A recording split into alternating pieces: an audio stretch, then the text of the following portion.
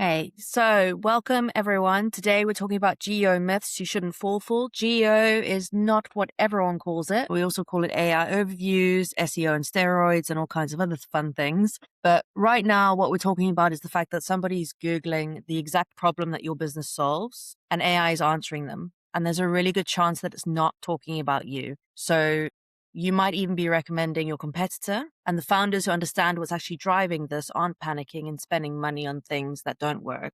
They're making one or two focused moves that compound over time. And that's what we're going to talk about today. So just some stats to get us going. 60% of US searches ended without a click in 2024. 80% of users now rely on AI written summaries for 40% of their searches. And 85% of businesses are already investing or scrambling to invest in GEO, most without a clear strategy. So before we go forward, I want to introduce Rick, and I'd love Rick to share a little bit about who he is and why he's here today. Thanks, Beka. Hi, everyone. My name is Rick. I'm from Otterly AI. I'm the SEO GEO content strategist there, and we also run various GEO experiments. So, experiments around AI search, what is working, what is not. As you probably may have noticed on LinkedIn, there's a lot of things being said, a lot of advice being given, and we like to really test those things.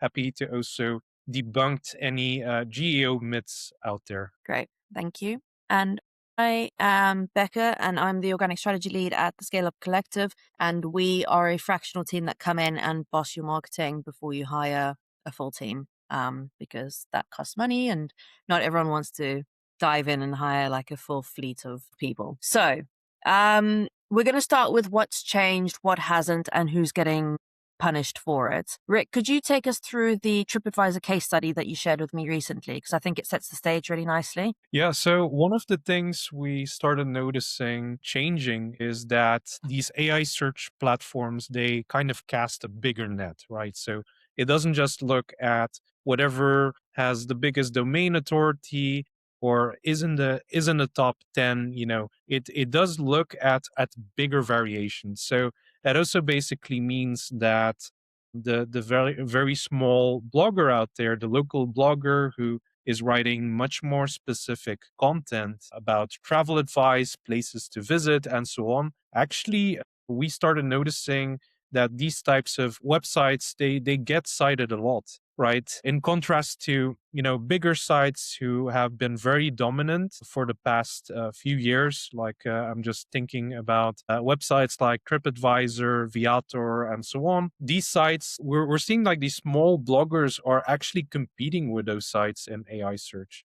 And that makes it very interesting because it essentially means that the marketing landscape is, the playing field is kind of equalizing, right? It's becoming more accessible for these smaller types of blogs. And I do believe that why is that happening? There are a couple of theories. Maybe Becca, what are your thoughts on that so far? I think that people are getting a bit lost. I think that's like, it's almost overcomplicated, in my opinion. And I think that happens with everything, doesn't it? We all get a bit bogged down by what we should be doing and what we aren't doing. And then the strategy gets lost and we get a bit turned around. Yeah.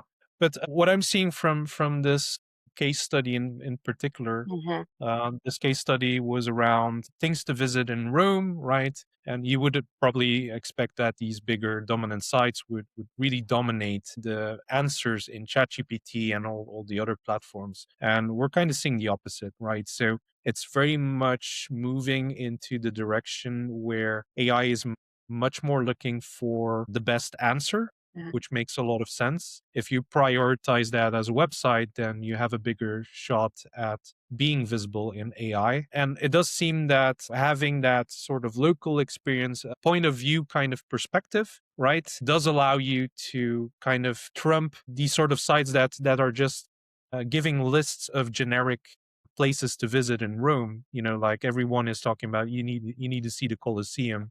But what are like the unique places that are not being talked about? And it's very surprising to see that in this sort of case study. And what do you think, like in terms of particularly around sort of, let's stick with the travel example, but particularly around this kind of thing, in terms of how AI and AI overviews are trawling all these sites and pulling forward these little gems of information, do you not think it's just going to ruin those things for everybody else because it's making everything so visible? Like, is it possible that it's going to make us too visible? I do believe that let's go back to the times when Google was just out there and Mm. people started abusing the algorithm, right? So I'm also seeing this happening with listicles and so on.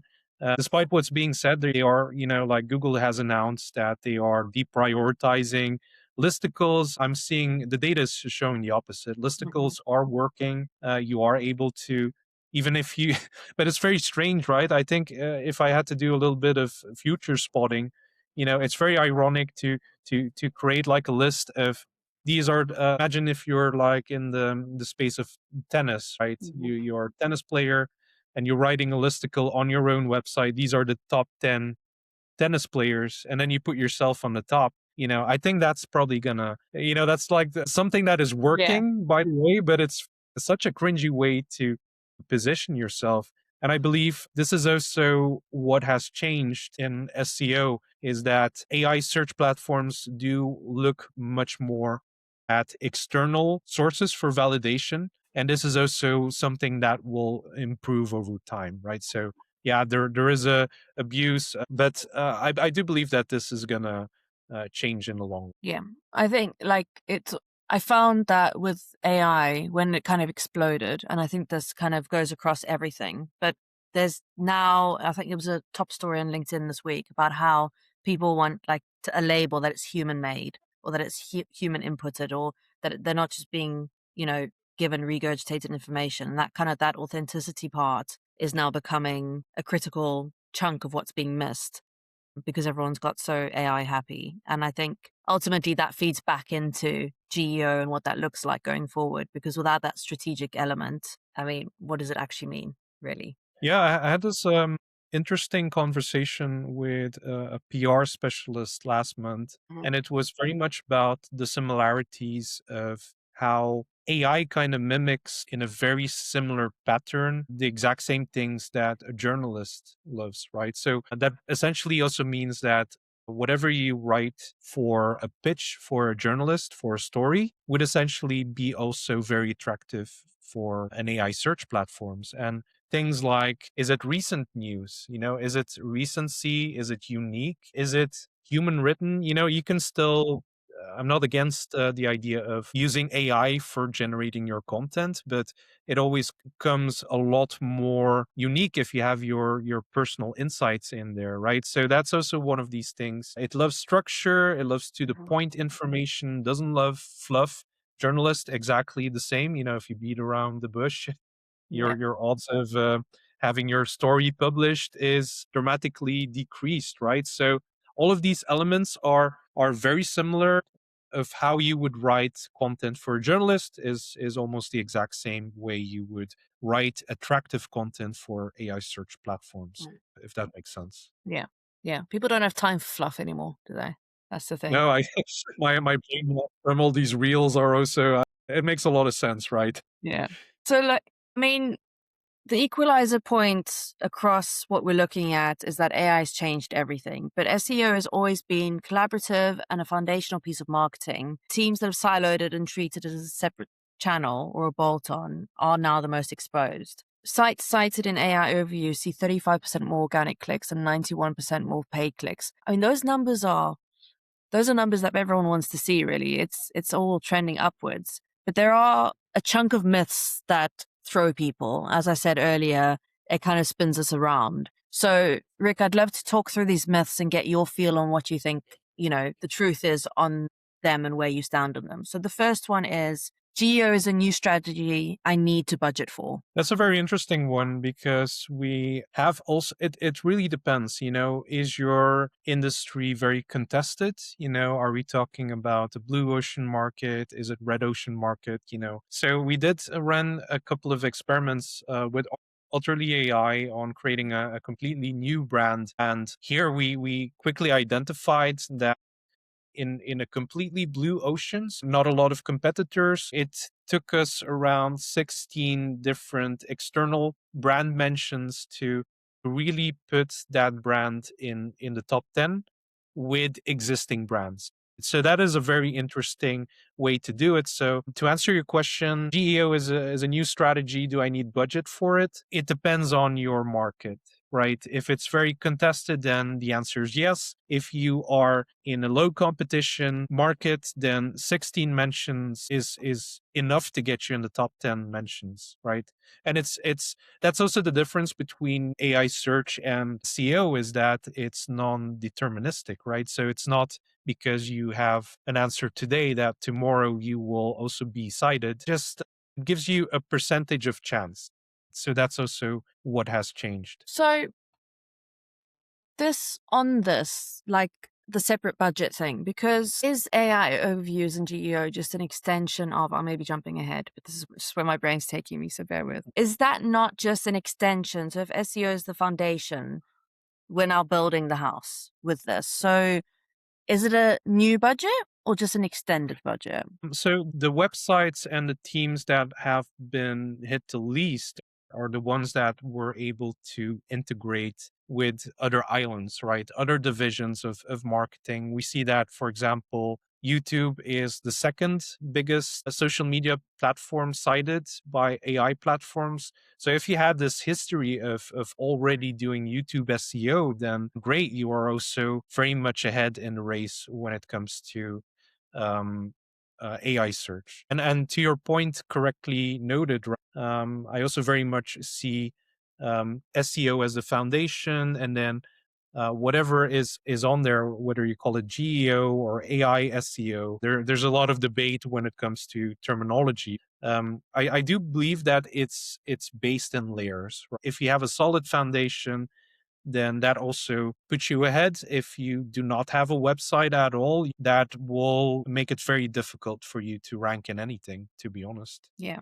I mean, I suppose that's true of all marketing, isn't it? Without a solid foundation, you're just Mhm. flying blind. So, yeah, the importance of that SEO strategy is really critical. Okay, so myth two, I need to completely overhaul my content for AI. I know you've briefly touched on that, but I'd love to talk more about, the fact that this something that you need to start, like you're not starting from scratch. If you've got an established content situation happening, you're not necessarily having to start from scratch, or are you? It depends. Again, and also, what does it depend on?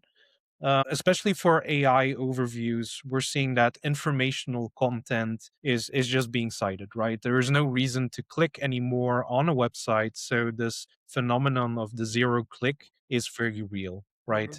What does get clicked on, this is where an opportunity is video content, right? So this also appears in the answers, videos. I do believe that we're also moving much more in the direction of multimodal media content, especially on AI search. So, do I need to overhaul completely my content strategy, my content for this? If your focus in the past has been about bottom funnel landing pages, then you are great, right? You are seeing massive traffic decreasing.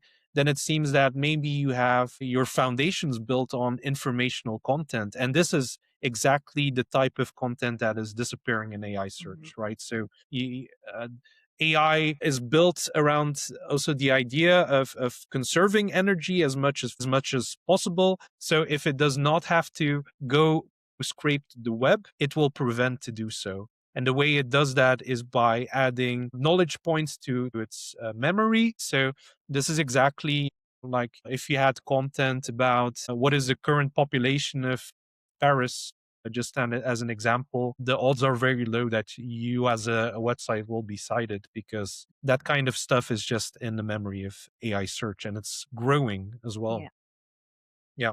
Yeah, yeah. I think it's interesting how quickly everything's changed and how it's changing so quickly. You think about it wasn't that long ago when websites weren't like a thing for businesses, and now there's, the evolution from, and now we need an SEO strategy, and now we need an AI strategy, and now we need, it's remarkable to me how quickly information has become provided in such different ways on such different threads, and how our behavior has changed to match that. Mm. That's a whole nother conversation, Rick. Don't let me go down this wormhole.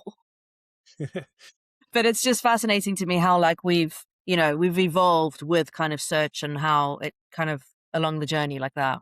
Tip taps. Yeah, well, one of the key points that is also important to keep in mind is understanding how AI reads your content, right? Yeah. So there are these research pieces out there that are claiming that what happens with a content page is this thing called chunking, right? So it breaks down your article in different chunks, right? And those are tokens, right?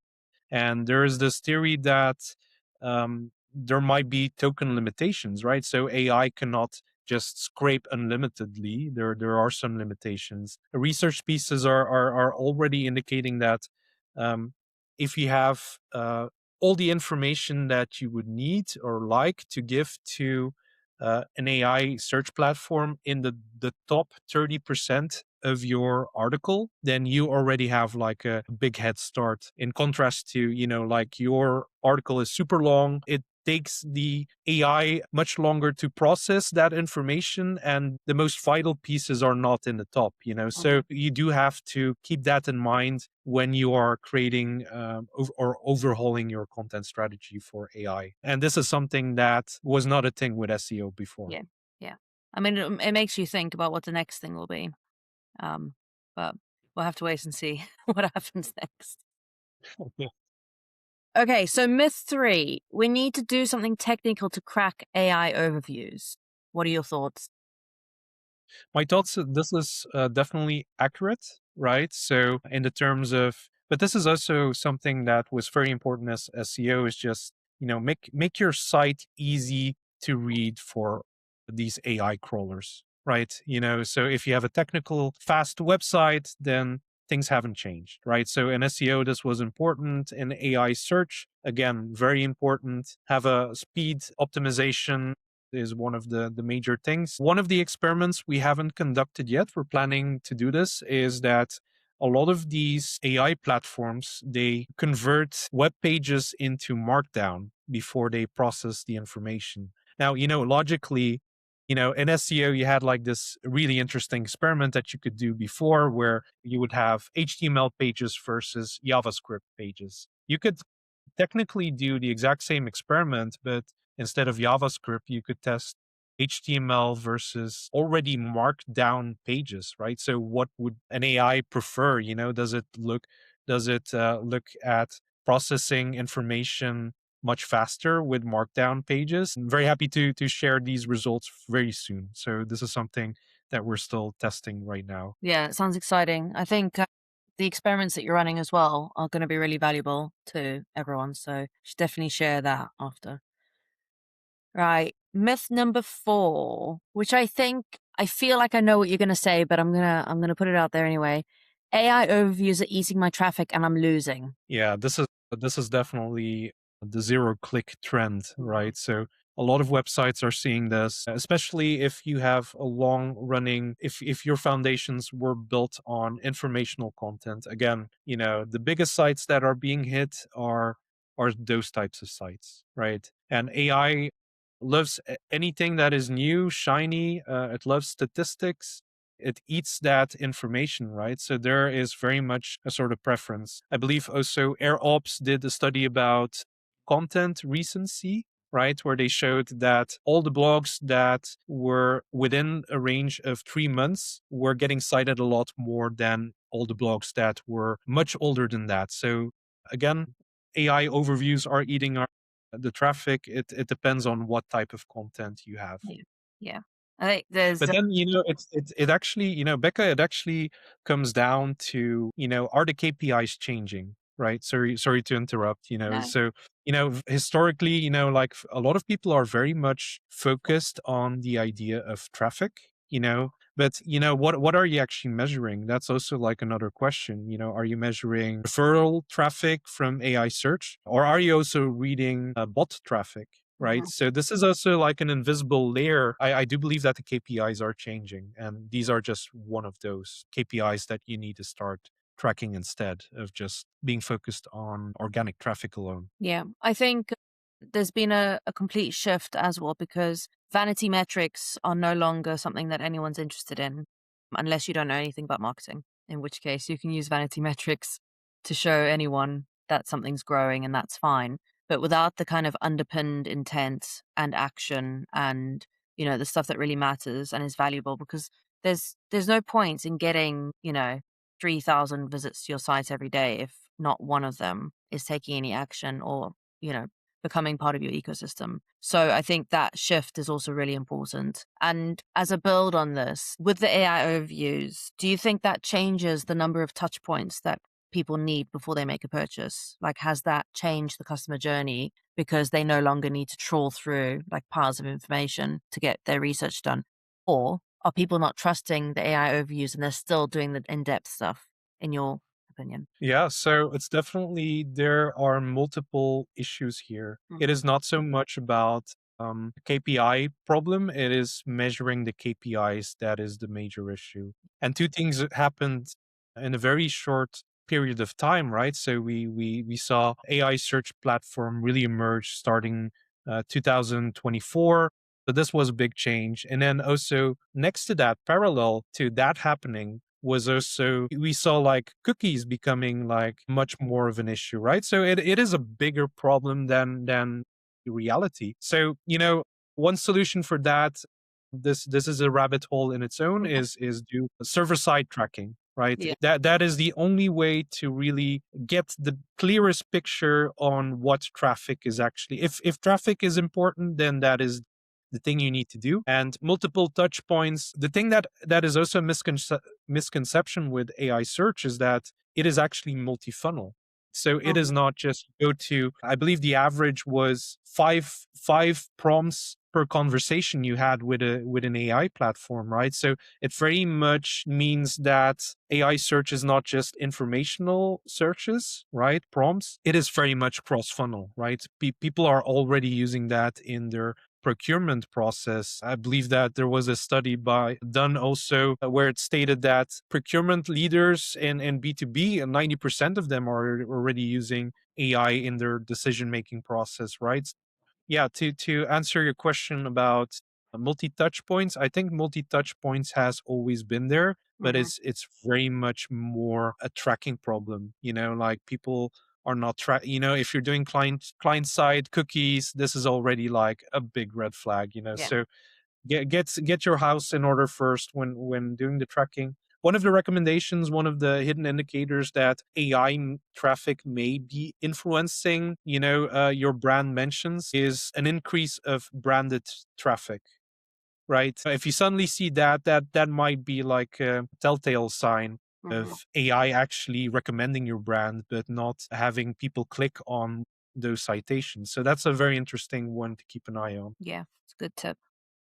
My favorite myth number 5, SEO is dead. Maybe I reversed the question. What do you think? Is SEO dead? No. I don't feel that anything that AI does can be built without the SEO foundation. I feel like it's grown and it's evolved and it's changed, but I don't think that SEO is dead. I feel like, and you see it on LinkedIn all the time, like how many people are still seeking, like, because they need that strategic oversight. And I've tried to use AI for keyword research before, and it's not there. It's nowhere near where it needs to be to actually develop the strategy for these niche, nuanced positioning that brands need. So, no, I don't think so. I think people are very much forgetting the fact that it's not, you can have both. Hmm. It doesn't mean that you are using ChatGPT that you are excluding Google, for Hmm. example. The Google users and ChatGPT users, I imagine a lot of people are using them both at the same Hmm. time, right? So it's not one or the other. That's one thing.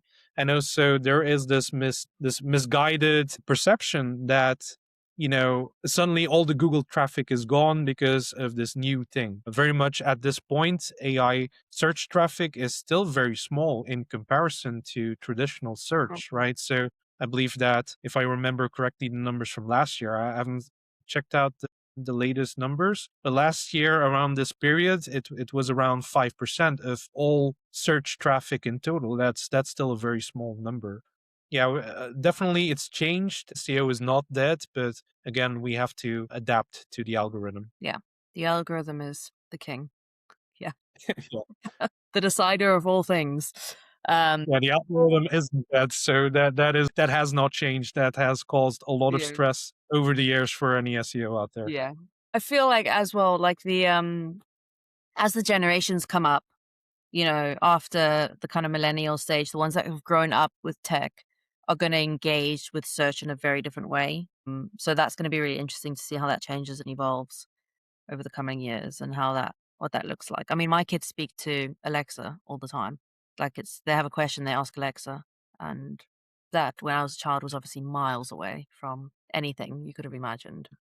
I think it's kind of beautiful, actually, to be honest. Marketing is becoming marketing again, and Hmm. less islands. Everything is being connected. AI does look also at social media platforms. Data is out there. So it's very much connecting the dots. And the people that are, kind of like only doing SEO and nothing else, like now is the time to learn new skills, right? Hmm.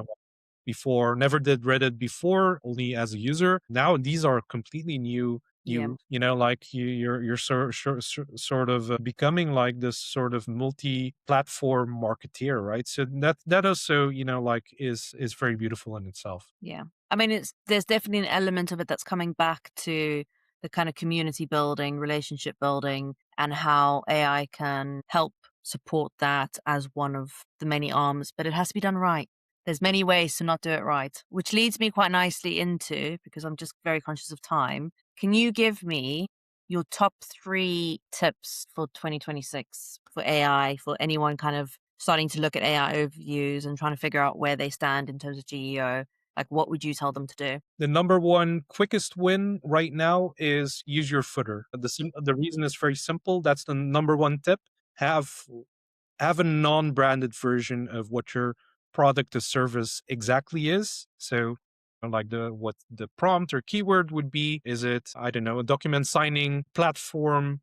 Then have that in your footer. Why is that? Because the footer is literally an element on your page, and we know that AI reads that and it appears on every single page, right? So every single time an AI reach reads any page on your website, it will include that information in its database, right? So that is the quickest tip. Second tip is external websites, right? Do listicles still work? Rankings still work? Do an exchange. Reach out to do an outreach program. What I noticed is different with traditional SEO is that AI does not prioritize links anymore, right? So like a backlink, it looks at a brand mention. So and then third tip is measuring is half the battle, right? So there are a lot of tools out there, elderly AI included.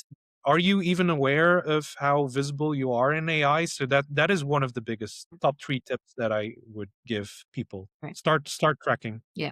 Thanks. And Otterly AI are doing like these really cool experiments at the moment, which we will make sure to share on our page as well. Is there anything you wanted to say about that before we finish? Yeah, so we do have a live Google Sheets where you can follow all of our experiments, also the conclusion and so on. It's just plain free. It's not behind a paywall or anything. We kind of view it as let's share as a community that information. If you also have experiments of yourself, please reach out to us. Always happy to hear what is working, what is not, so we can really navigate these geo myths, right? Yeah. Very nicely done. Okay. Well, thanks so much, Rick. It's been lovely having you, and your insights are great. Thanks for having me, Becca. Catch you around.